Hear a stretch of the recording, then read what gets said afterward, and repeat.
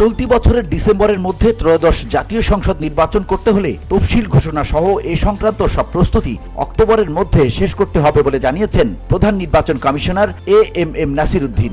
একই সঙ্গে উৎসবমুখর পরিবেশে ভোট করার প্রত্যাশাও ব্যক্ত করেছেন তিনি। রোববার আগারগাঁওয়ে নির্বাচন ভবনে নির্বাচন কমিশন বিটে কর্মরত সাংবাদিকদের সংগঠন আরএফইডি আয়োজিত অনুষ্ঠানে তিনি একথা বলেন।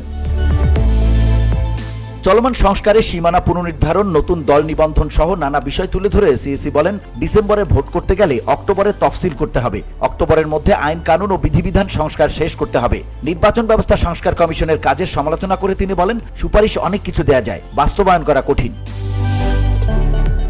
এএমএম নাসির উদ্দিন বলেন, পার্লামেন্টের স্থায়ী কমিটির হাতে নির্বাচন কমিশনের কোনো কাজ গেলে বা এই কমিটির মুখাপেক্ষী হলে ইসির স্বাধীনতা ও ক্ষমতা খর্ব হবে। স্থায়ী কমিটির কাছে নির্ভরশীল হতে চাই না, এ সংক্রান্ত সুপারিশ বাতিল করতে হবে। মাননীয় প্রধান উপদেষ্টা বলেছেন যে মিনিমাম রিফর্মস ডিসেম্বর, আর যদি বেশি করে রিফর্ম করতে হয় জুন।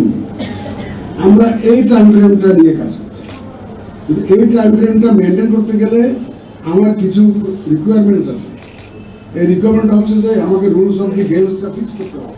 সীমানা নির্ধারণে ইসির হস্তক্ষেপ না রাখার সুপারিশের সঙ্গে দ্বিমত প্রকাশ করে তিনি বলেছেন, এটি ইসির এখতিয়ার। ভোটার হালনাগাদ ও সীমানা নির্ধারণের জন্য ইসির বাইরে অন্য কারো হস্তক্ষেপ কোনোভাবেই গ্রহণযোগ্য নয়। বিজয় দিবসে জাতির উদ্দেশ্যে ভাষণে ত্রয়োদশ সংসদ নির্বাচনের সম্ভাব্য সময়ের ধারণা দিয়েছিলেন প্রধান উপদেষ্টা। তিনি বলেছিলেন, ভোট কবে হবে তা নির্ভর করবে রাজনৈতিক ঐক্যমতের ভিত্তিতে, কতটা সংস্কার করে নির্বাচনে যাওয়া হবে তার উপর। মোটা দাগে 1 থেকে 1.5 বছরের মধ্যে সংসদ নির্বাচন হতে পারে।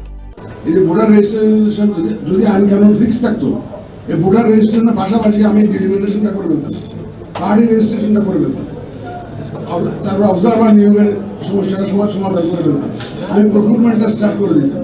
এখন সাইমালটেনিয়াসলি আমি কাজগুলো করতে পারছি না এই যে আইন কানুনের জন্য।